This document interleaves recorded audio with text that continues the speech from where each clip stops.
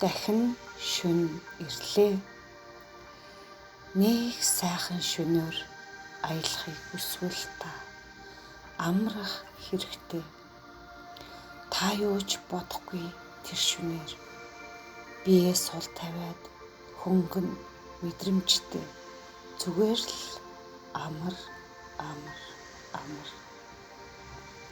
Тэр шөнөөр ямар ч аялал байж болно. Сэрүүн байхаасаа илүү намгүм та оршиж байна. Юунд санаа зовлгүй та оршиж байна.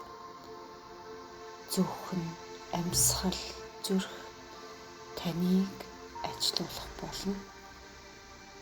Бие сул тавь та зөвхөн аялах болно. Тэр аялал хаашааж явж болно.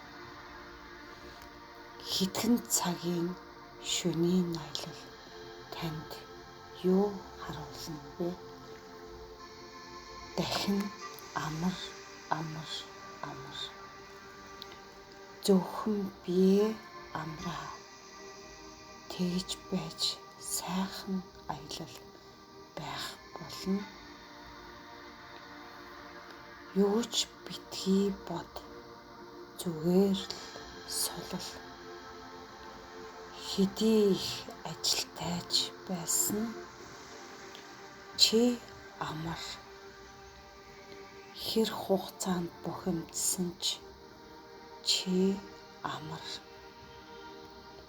Хэдий их завгүй байсан чи амар. Хэдий хийх ёстой ажилтай байсан чи амар. Гүн нойронд аял. Гүн байхдаа чи илүү ихийг мэдрэх болно. Тэр аялалдаа чи маргааш сана.